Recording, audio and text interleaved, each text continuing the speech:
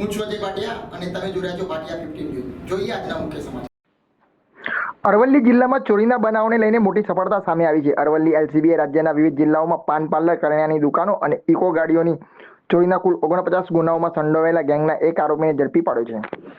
ઝડપાયેલા આરોપી સિરાજ નૂર મોહમ્મદ જમીર મોહમ્મદ શાહ મૂળ ઉત્તર પ્રદેશનો રહેવાસી છે અને હાલ મહારાષ્ટ્રમાં રહેતો હતો। પોલીસે તેની પાસેથી ચોરીની ઇકો ગાડી, મોબાઈલ ફોન તેમજ પાન પાર્લરનો ચોરી કરેલો સામાન મળી કુલ ₹2,18,000 વધુનો માલ કબજે કર્યો છે। પોલીસ તપાસ દરમિયાન આરોપીએ મોડાસા, માલપુર, સાકરિયા, ભાવનગર, અમદાવાદ, ગ્રામ્ય મહીસાગર સહિતના વિવિધ વિસ્તારોમાં થયેલી ચોરીઓમાં સંડોવાયેલ કબૂલી હોવાની જાણવા મળ્યું છે। આ કાર્યવાહી દરમિયાન પોલીસે કુલ 8 ઘરફોડ ચોરી અને 1 વાહન ચોરીનો ભેદ ઉકેલ્યો છે। આ કેસમાં મુખ્ય સૂત્રધાર જગદીશ ઉર્ફે જીગો રાઠોડ અને તેનો અન્ય એક શાગીર હજુ ફરાર છે। પોલીસ દ્વારા બંને આરોપીઓની શોધખોળ યુદ્ધના ધોરણે ચાલુ રાખવામાં આવી છે। અરવલ્લી એલસીબીની આ સફળ કામગીરીને કારણે અનેક વણ ઉકેલાયા ગુનાઓનો ભેદ ઉકેલાયો છે અને ચોરીની ઘટનાઓમાં સંડોવાયેલ ગેંગના નેટવર્ક અંગે પણ મહત્વની માહિતી હાથ લાગી છે। વધુ અપડેટ માટે જોડાયેલા રહો ભાટિયા 15 ન્યૂઝ સાથે। અરવલ્લી, મોડાસા।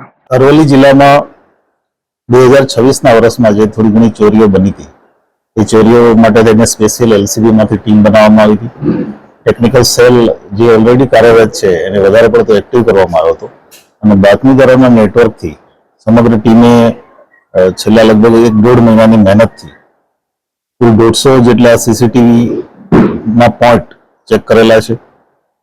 લગભગ 25 જેટલા સરદારો ચેક કરવામાં આવ્યા છે। એ ઉપરાંત અલગ અલગ ટાઈપના ટેકનિકલ ટૂલ્સ જે અમારી પાસે છે, જેમાં આઈસીજીએસ સિસ્ટમ છે, બીજી પ્રાઇવેટ એપ છે, ટાવર ડમ્પ છે, એના આધારે એક આરોપી મહારાષ્ટ્ર, મુંબઈથી પકડી આવ્યા છે, જેનું નામ છે સિરાજ।